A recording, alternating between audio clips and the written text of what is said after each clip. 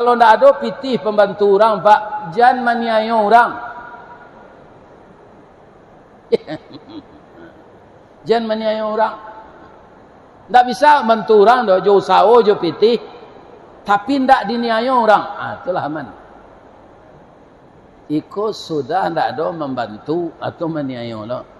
Ini orang bangkrut di akhirat nanti. Ada hadis Nabi berbunyi begini. Qala Rasulullah sallallahu alaihi wasallam, "Man kana yaumuhu khairam min amsihi." Barang siapa yang hari sekarangnya, akidahnya, tauhidnya, ibadahnya, apa yang diamanahkan kepadanya lebih baik hasilnya dari yang lalu, fahuwa rabihun. Itu orang menang. Wa man kana yaumuhu mithla min amsihi. Barang siapa yang hari sekarangnya apa saja yang dipercayakan kepadanya samo sekarajonyo tu jonan lalu, fahuwa khasirun. Itu orang rugi.